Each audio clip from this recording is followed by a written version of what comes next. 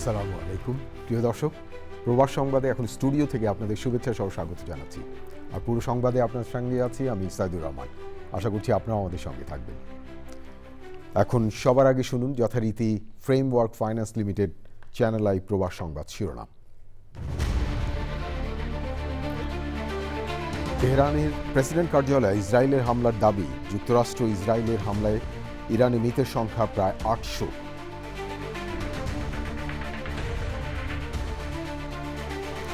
যুদ্ধের ভয়াবহতায় টালমাটাল জ্বালানি বাজার। কাতারে এলএনজি উৎপাদন বন্ধ হওয়ায় বৈশ্বিক সংকটের আশঙ্কা।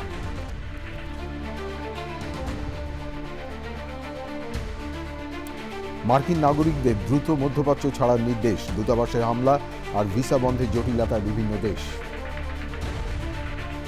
এবং প্রবাসী বাংলাদেশি কাতারবাসী জীবনে স্থবিরতা।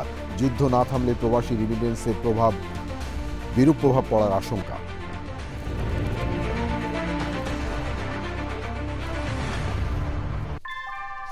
নিউ ইয়র্কে প্রবীণদের কাছে আস্থার নাম অল কাউন্টি হোম কেয়ার। এখানে পাচ্ছেন প্রিয়জনের যত্নে অভিজ্ঞ কেয়ার গিভার। কল করুন 646-444-2266। ধন্যবাদ প্রিয় দর্শক আমাদের সাথে যোগ দেওয়ার জন্য। এতক্ষণ প্রবাস সংবাদ শিরোনাম শুনলেন। চলুন যাওয়া যাক পুরো খবরে। আর এখনকার এই সংবাদ আয়োজন একই সঙ্গে চ্যানেলে, ইউটিউব চ্যানেলে এবং চ্যানেলে ওটিটি প্ল্যাটফর্ম আইস্ক্রিনে লাইভ স্ট্রিম হচ্ছে। ইরানে যুক্তরাষ্ট্র ইসরায়েলের হামলার পর যুদ্ধ ছড়িয়ে পড়েছে মধ্যপ্রাচ্যে 12 দেশে। ইরানে নিহতের সংখ্যা ৮০০-র কাছাকাছি। হামলায় প্রাণ হারিয়েছেন 6 মার্কিন সেনা।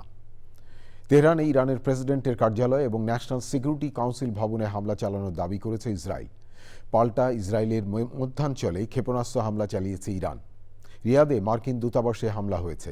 এরই মধ্যে হরমুজ প্রণালী বন্ধ করে দিয়েছে ইরান। আরও জানাচ্ছেন সুব্রত গাইন। ইরানে মার্কিন ইসরায়েলি হামলার পর পুরো মধ্যপ্রাচ্য এখন যুদ্ধক্ষেত্র। ইসরায়েল, ইরাক, কাতার, কুয়েত, সংযুক্ত আরব আমিরাত, বাহরাইন ও সৌদি আরব সহ মধ্যপ্রাচ্যের 12 দেশের মার্কিন ঘাঁটি, তেল শোধনাগার, বিমানবন্দর, হোটেল সহ বিভিন্ন স্থানে চলছে হামলা পাল্টা হামলা। ইসরায়েল ও যুক্তরাষ্ট্রের যৌথ হামলায় ইরানের নিহতের সংখ্যা ৮০০-র কাছাকাছি। ইরানের হামলায় প্রাণ হারিয়েছেন 6 মার্কিন সেনা।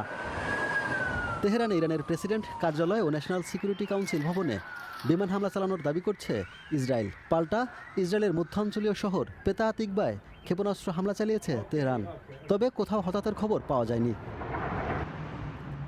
যুক্তরাষ্ট্র বলছে এ পর্যন্ত ইরানের ১৩১টি স্থানে ১২০০-রও বেশি হামলা হয়েছে। যুক্তরাষ্ট্র বরাবর ইরানের ক্ষেপণাস্ত্র ও পরমাণু সক্ষমতা ধ্বংসের কথা বললেও হামলা হয়েছে ইরানের স্কুল ও হাসপাতাল সহ বেসামরিক নাগরিকদের উপর। জবাবে মধ্যপ্রাচ্য জুড়ে ইরানের হামলা অব্যাহত রয়েছে। হামলা হয়েছে সৌদি আরবের রিয়াদের মার্কিন দূতাবাস ও বাহরাইনের মার্কিন বিমান ঘাঁটিতে। সৌদি কর্তৃপক্ষ জানিয়েছে এই হামলায় মার্কিন দূতাবাসে কিছুটা ক্ষতি হয়েছে। দূতাবাসে হামলার কঠিন জবাব দেওয়ার হুঁশিয়ারি দিয়েছেন মার্কিন প্রেসিডেন্ট ডোনাল্ড ট্রাম্প। তিনি বলেছেন, লক্ষ্য অর্জনে শিগগিরই শুরু হবে মূল অভিযান। ওদিকে বিশ্বের অন্যতম গুরুত্বপূর্ণ সমুদ্রপথ হরমুজ প্রণালী পুরোপুরি বন্ধ করে দিয়েছে ইরানের ইসলামী বিপ্লবী গার্ড IRGC। কোনো জাহাজ এই প্রণালীতে প্রবেশের চেষ্টা করলে পুড়িয়ে দেওয়ার হুঁশিয়ারি দেওয়া হয়। হিজবুল্লাহ সদস্যরা ইসরায়েলে হামলা চালানোয় লেবাননের কমপক্ষে 59টি অঞ্চলে হামলা চালিয়েছে ইসরায়েল। ইরানের সমর্থনে হিজবুল্লাহর পাশাপাশি ইসরায়েল ও মার্কিন স্থাপনায় হামলা শুরু করেছে ইরাকের শিয়াপন্থী সংগঠন Islamic resistance on Iran. Subrata Gain, channel I. যুক্তরাষ্ট্র ইসরায়েল ইরানের এই সংঘাত অনুমেয় ছিল বেশ কিছুদিন আগে থেকেই। তবে তার পরিপ্রেক্ষিতে সর্বোচ্চ নিরাপত্তা নিয়েছিল এসব দেশ। নিরাপত্তা বলয়ে মধ্যেই ছিলেন ইরানের সর্বোচ্চ নেতা আয়াতুল্লাহ আলী খামেনি। তারপরও যুক্তরাষ্ট্র ইসরায়েলের যৌথ অভিযানের পেছনে ছিল কয়েক মাসের পরিকল্পনা ও গোয়েন্দা নজরদারি। প্রিয় দর্শক, কীভাবে খামেনি হত্যার ছক বাস্তবায়িত হলো জানাচ্ছেন সহকর্মী জাকিরুল ইসলাম।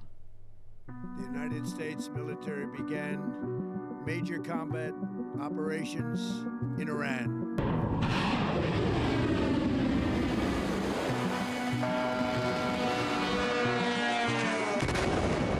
ইসরায়েলের সর্বোচ্চ নেতা আয়াতুল্লাহ আলী খামেনিকে হত্যা করতে যুক্তরাষ্ট্র ইসরায়েলের যৌথ অভিযানের পেছনে ছিল কয়েক মাসের পরিকল্পনা ও গোয়েন্দা নজরদারি। গভীর রাতে নয়, বরং দিনের আলোয় তেহরানের একটি কম্পাউন্ডে হামলাটি চালানো হয়, যা ছিল তাৎক্ষণিক গোয়েন্দা তথ্যের ভিত্তিতে নেওয়া কৌশলগত সিদ্ধান্ত। 1 মার্চ প্রকাশিত বিবিসির একটি প্রতিবেদনে বলা হয়, মার্কিন ও ইসরায়েলি গোয়েন্দা কর্মকর্তারা কয়েক মাস ধরে একটি সুযোগের অপেক্ষায় ছিলেন, যখন ইরানের শীর্ষ নেতৃত্ব একসঙ্গে অবস্থান করবেন। 28 ফেব্রুয়ারি আসে সেই সুযোগ। শনিবার সকালে খামেনি একটি নির্দিষ্ট কম্পাউন্ডে উপস্থিত থাকবেন, এমন একটি গুরুত্বপূর্ণ গোয়েন্দা তথ্য কয়েক ঘন্টা আগেই তাদের হাতে আসে। একই সময় সেখানে আরও জ্যেষ্ঠ সামরিক ও গোয়েন্দা কর্মকর্তাদের উপস্থিতির তথ্য নিশ্চিত করা হয়। মার্কিন সংবাদ মাধ্যমগুলোর বরাতে জানা যায়, গোয়েন্দা তথ্যটি সরবরাহ করে সিআইএ, তবে সরাসরি হামলা চালায় ইসরায়েল। এতে দুই দেশের মধ্যে দায়িত্ব বণ্টনের ইঙ্গিত মিলেছে। ইসরায়েল নেতৃত্বকে লক্ষ্য করে হামলায় মনোযোগ দেয়, আর যুক্তরাষ্ট্র সামরিক স্থাপনাগুলোকে অগ্রাধিকার দেয়। মার্কিন প্রেসিডেন্ট ডোনাল্ড ট্রাম্প সামাজিক যোগাযোগ মাধ্যমে ইঙ্গিত দেন, উন্নত গোয়েন্দা ও নজরদারি ব্যবস্থার মাধ্যমেই খামেনির অবস্থান শনাক্ত করা সম্ভব হয়েছে। তিনি লিখেন, তিনি আমাদের গোয়েন্দা ও অত্যন্ত উন্নত ট্র্যাকিং ব্যবস্থার নজর এড়াতে পারেননি। গত বছর জুনে 12 দিনের যুদ্ধে ইসরায়েল ইরানের পারমাণবিক কর্মসূচির সঙ্গে সংশ্লিষ্ট বিজ্ঞানী ও কর্মকর্তাদের হত্যা করতে লক্ষ্যবস্তু করেছিল। তখন টেলিযোগাযোগ ও মোবাইল নেটওয়ার্কের মাধ্যমে তাদের চলাচল শনাক্ত করার কৌশল ব্যবহারের খবর প্রকাশিত হয়।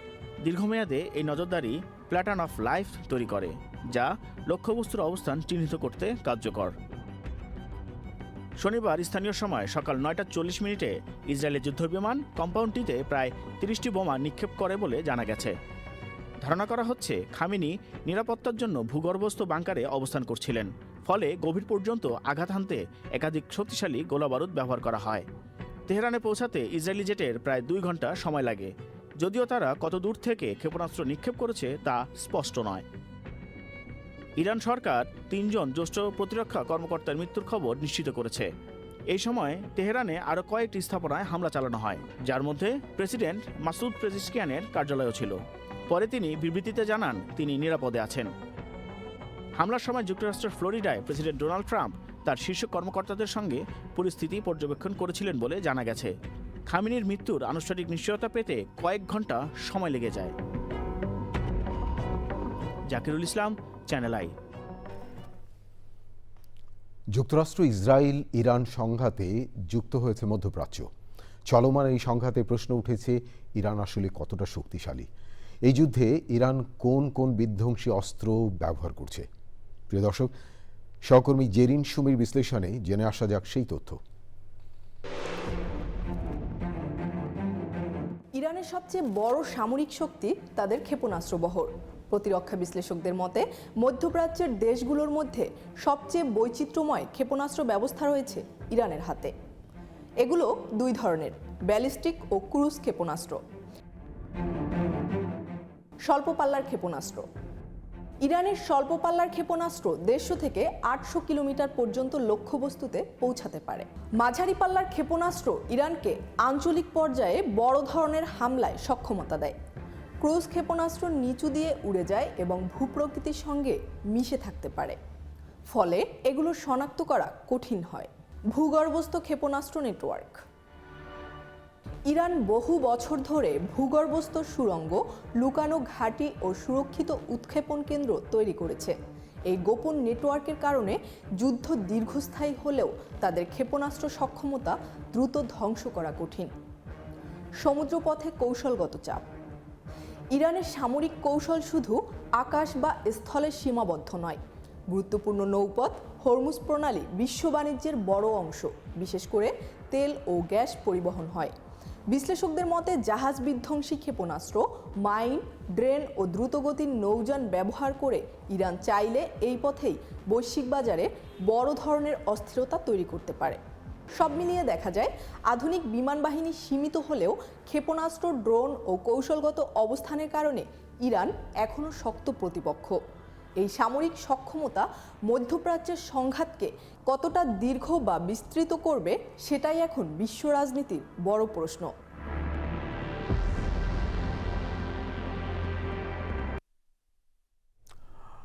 যুক্তরাষ্ট্র ইসরায়েলের যৌথ সামরিক হামলার মুখে ইরান কতদিন টিকবে এবং এর সামরিক শক্তি কতটুকু, এ নিয়ে চলছে জল্পনা কল্পনা। এ অবস্থায় সুড়ঙ্গের ড্রোন ঘাঁটির ভিডিও প্রকাশ করেছে ইরানের রাষ্ট্রীয় গণমাধ্যম। তবে মার্কিন গণমাধ্যম বলছে, প্রপাগান্ডা চালাতেই এই ভিডিও প্রকাশ। দেখুন আওসাফুল ইসলাম আকিফের রিপোর্টে। ইরানের রাজধানী তেহরান সহ দেশের বিভিন্ন শহরে ২৮ ফেব্রুয়ারি শনিবার হঠাৎ করেই সামরিক হামলা চালায় ইসরায়েল ও যুক্তরাষ্ট্র। যৌথ এই অভিযানে ইরানের সর্বোচ্চ নেতা আয়াতুল্লাহ আলী খামেনি সহ বেশ কয়েকজন শীর্ষ সামরিক ও সরকারি কর্মকর্তা নিহত হয়েছেন বলে দাবি করা হয়েছে। আয়াতুল্লাহ আলী খামেনির মৃত্যুর খবরে দেশজুড়ে নেমে আসে শোকের ছায়া। এই উত্তেজনাপূর্ণ পরিস্থিতির মধ্যেই তেহরানের গভীর ভূগর্ভস্থ সুড়ঙ্গে সারিবদ্ধভাবে সাজানো হাজারো ড্রোনের একটি ভিডিও প্রকাশ করে রাষ্ট্রীয় সংবাদ সংস্থা ফার্স নিউজ এজেন্সি। ভিডিওতে দেখা যায় রকেট লঞ্চারের উপর স্থাপিত ড্রোনগুলো প্রস্তুত অবস্থায় রয়েছে। সুড়ঙ্গের দেয়ালে টাঙানো ইরানের জাতীয় পতাকা এবং প্রয়াত সর্বোচ্চ নেতা আয়াতুল্লাহ আলী খামেনির ছবি। বিশ্লেষকদের মতে চলমান সংকটের মধ্যে এই ভিডিও প্রকাশের মাধ্যমে নিজেদের সামরিক সক্ষমতার বার্তা দিতে চেয়েছে তেহরান। তবে আন্তর্জাতিক সংবাদ মাধ্যম CNN তাদের প্রতিবেদনে ভিডিওটিকে প্রোপাগান্ডা হিসেবে উল্লেখ করেছে। ভিডিওটির নির্দিষ্ট সময়, স্থান কিংবা ব্যবহৃত ড্রোনের ধরন সম্পর্কে কোনো বিস্তারিত তথ্য জানানো হয়নি। তবুও সাম্প্রতিক সংঘাতের প্রেক্ষাপটে এটি কৌশলগত বার্তা বহন করছে বলে ধারণা করা হচ্ছে। আওসাফুল ইসলাম আকিফ, চ্যানেল আই। ইরান সহ মধ্যপ্রাচ্য জুড়ে যুদ্ধে সরবরাহ সংকটে বিশ্ববাজারে বাড়ছে তেল এবং গ্যাসের দাম। বিশ্বের প্রায় 20% তেল সরবরাহকারী রুট হরমুজ প্রণালী বন্ধ এবং কাতারে LNG উৎপাদন স্থগিত করার কারণে বিশ্ব জ্বালানি খাতে দেখা দিয়েছে বড় অনিশ্চয়তা। আমিনুর রহমান সুপ্তি রিপোর্ট। সোমবার ইরানের ড্রোন হামলার পর সৌদি আরবের সবচেয়ে বড় তেল শোধনাগার আরামকো রাস তানুরা রিফাইনারি শোধনাগার বন্ধ করে দেওয়া হয়েছে, যেখানে প্রতিদিনের উৎপাদন ক্ষমতা 5.5 লাখ ব্যারেল। হামলার কারণে তরলীকৃত প্রাকৃতিক গ্যাস LNG উৎপাদন বন্ধ করে দিয়েছে কাতার এনার্জি। এটি বিশ্বের সবচেয়ে বড় LNG উৎপাদনকারী প্রতিষ্ঠান। বিশ্বের প্রায় 20% জ্বালানি পরিবহন রুট হরমুজ প্রণালী বন্ধ করে দিয়ে ওই পথ কোনো জাহাজ যেন অতিক্রমের চেষ্টা না করে সেই হুঁশিয়ারি দিয়েছে ইরান। এতে বিশ্ববাজারে জ্বালানি তেলের দাম 13% বেড়ে ব্যারেল প্রতি $82 ছাড়িয়েছে। আর কাতার এনার্জি LNG উৎপাদন বন্ধ করে দেওয়ায় ইউরোপীয় বাজারে LNGর দাম 50% বেড়ে গেছে। LNG পরিবহনে বিশ্বের অন্যান্য রুটে জাহাজ ভাড়া বেড়েছে প্রায় 45%। কাতারে LNG উৎপাদন বন্ধ ঘোষণার পর দেশটির আমির Sheikh Tamim bin Hamad Al থানির সঙ্গে টেলিফোনে কথা বলেছেন রাশিয়ার প্রেসিডেন্ট ভ্লাদিমির পুতিন। কাতারের প্রতি সংহতি জানিয়ে শিগগিরই মধ্যপ্রাচ্যের সংঘাত অবসানে পদক্ষেপ নেওয়ার আহ্বান জানিয়েছেন তিনি। Amina Rahman Supti, channel I. ইরানের অব্যাহত হামলায় মধ্যপ্রাচ্যে 15টি দেশে অবস্থানরত মার্কিন নাগরিকদের অবিলম্বে দেশে ফিরতে বলেছে যুক্তরাষ্ট্র। পাকিস্তানে মার্কিন কনসুলেটে হামলার ঘটনায় যুক্তরাষ্ট্র পাকিস্তানের সব ধরনের ভিসা কার্যক্রম 6 মার্চ পর্যন্ত বন্ধ ঘোষণা করেছে। সৌদি আরবে সব কনসুলার সেবা বন্ধ করেছে যুক্তরাষ্ট্র। জর্ডানে মার্কিন দূতাবাস থেকে কর্মীদের সরিয়ে নেওয়া হয়েছে। এর মধ্যে সব দেশের জন্য ভিসার মেয়াদ 1 মাস বাড়িয়েছে কাতার সরকার। আরও জানাচ্ছেন সুব্রত গাইন। শনিবার ইরানের হামলার পর মধ্যপ্রাচ্যের দেশগুলোতে হামলা চালাচ্ছে তেহরান। মার্কিন ঘাঁটি, বিভিন্ন দূতাবাস, কনসুলেটে হামলায় হতাহতের ঘটনাও ঘটছে। নিরাপত্তার কারণে মধ্যপ্রাচ্যের 15টি দেশের নাগরিকদের দেশে ফিরতে নির্দেশ দিয়েছে যুক্তরাষ্ট্রের পররাষ্ট্র দপ্তর। দেশগুলো হলো ইরান, বাহরাইন, কুয়েত, মিশর, লেবানন, ওমান, ইরাক, কাতার, ইসরায়েল, ফিলিস্তিন, সৌদি আরব, জর্ডান, সিরিয়া, সংযুক্ত আরব আমিরাত ও ইয়েমেন। মার্কিন স্টেট ডিপার্টমেন্টের এক বার্তায় এসব দেশ থেকে মার্কিন নাগরিকদের বাণিজ্যিক ফ্লাইটের মাধ্যমে যুক্তরাষ্ট্রে ফেরার আহ্বান জানানো হয়েছে। চলমান পরিস্থিতিতে মধ্যপ্রাচ্যের প্রায় সব দেশের আকাশসীমা বন্ধ থাকায় ওসব দেশে কাজে যোগ দিতে পারছে না প্রবাসী কর্মীরা। আর এজন্য কাতার সরকার সব দেশের জন্য ভিসার মেয়াদ 1 মাস বাড়িয়েছে। রিয়াদে মার্কিন দূতাবাসে ড্রোন হামলার পর সৌদি আরবে সব কনসুলার সেবা বন্ধ করেছে যুক্তরাষ্ট্র। হামলার আশঙ্কায় জর্ডানের আম্মানে মার্কিন দূতাবাস খালি করে দেওয়া হয়েছে। পাকিস্তানে সব ধরনের ভিসা কার্যক্রম 6 মার্চ পর্যন্ত বন্ধ ঘোষণা করেছে যুক্তরাষ্ট্র।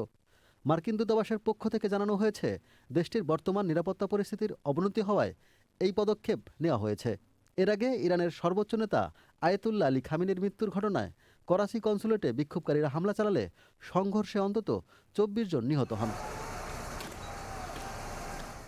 Subrata Gain, channel I.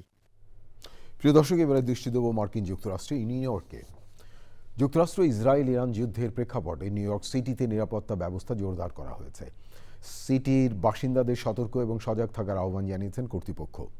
US department of homeland সিকিউরিটির বরাত দিয়ে জানানো হয়েছে, আমেরিকার কোনো নির্দিষ্ট হুমকির তথ্য নেই, তবে আন্তর্জাতিক পরিস্থিতির দ্রুত পরিবর্তনের সম্ভাবনাও উড়িয়ে দেয়া যায় না। এনওয়াইপিডি জানিয়েছে, মধ্যপ্রাচ্যের চলমান পরিস্থিতি নিবিড়ভাবে পর্যবেক্ষণ করছে তারা। পাশাপাশি ফেডারেল এবং আন্তর্জাতিক সংস্থার সঙ্গে সমন্বয় বজায় রাখছে।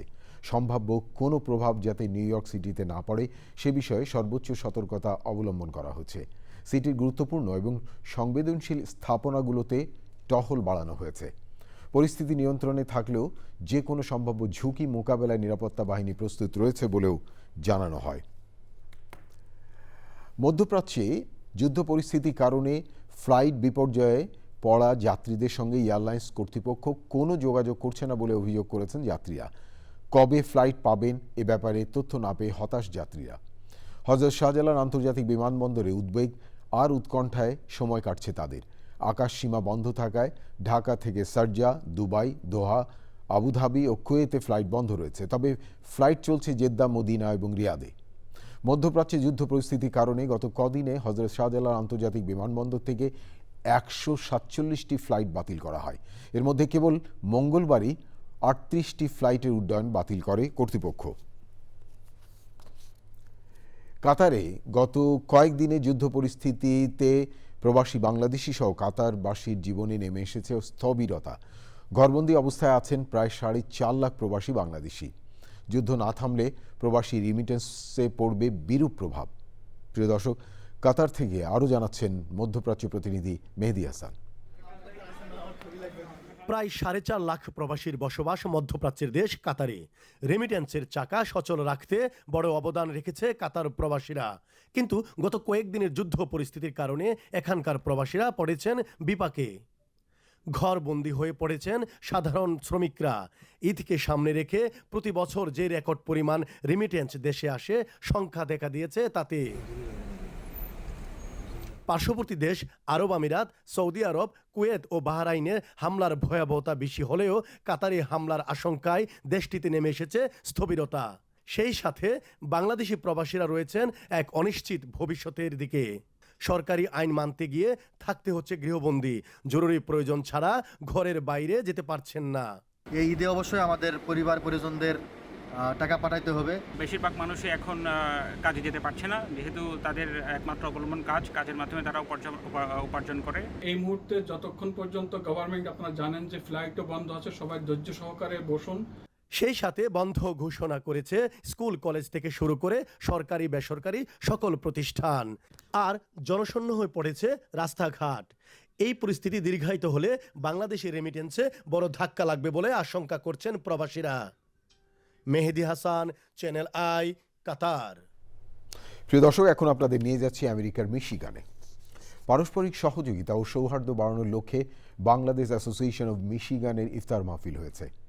ইফতার মাহফিলে আমেরিকান মেইন স্ট্রিমের রাজনৈতিক নেতৃবৃন্দ ও জনপ্রতিনিধি সহ বাংলাদেশি কমিউনিটির বিশিষ্টজনরা অংশ নেন।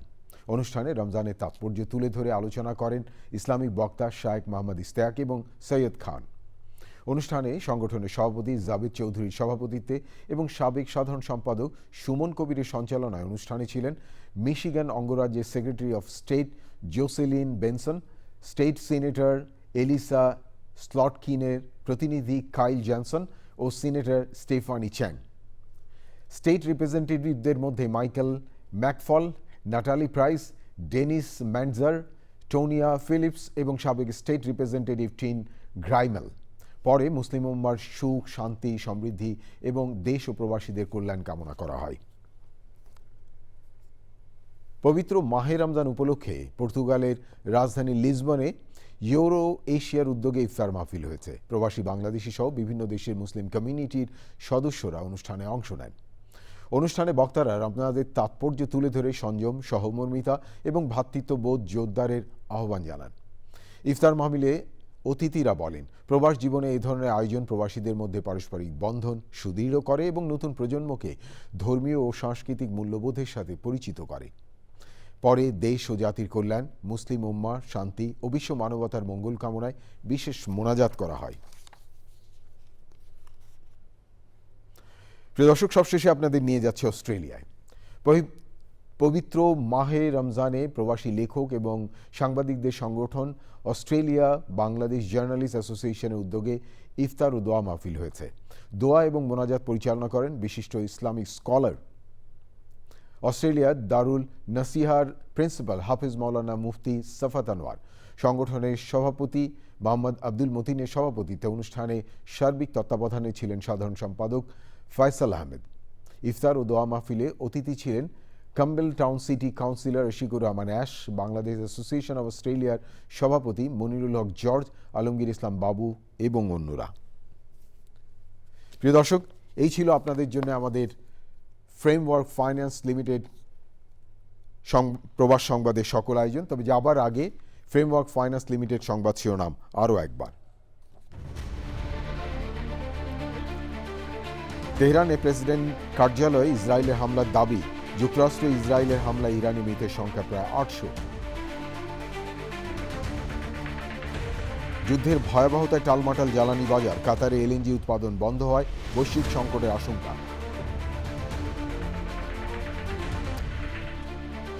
মার্কিন নাগরিকদের দ্রুত মধ্যপ্রাচ্য ছাড়ার নির্দেশ, দূতাবাসে হামলা আর ভিসা বন্ধের জটিলতায় বিভিন্ন দেশ।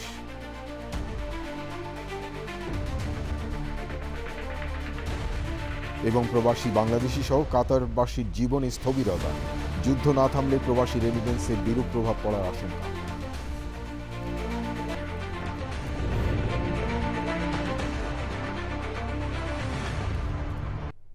প্রিয় দর্শক, এতক্ষণ প্রবাস সংবাদ দেখার জন্য অসংখ্য ধন্যবাদ। আর চ্যানেলের সর্বশেষ সংবাদ জানতে ভিজিট করুন চ্যানেলonline.com-এ আর যুক্ত থাকুন আমাদের সোশ্যাল মিডিয়া প্ল্যাটফর্মগুলোর সাথে। প্রিয় দর্শক, ভালো থাকবেন আর ভালো রাখবেন সবাইকে।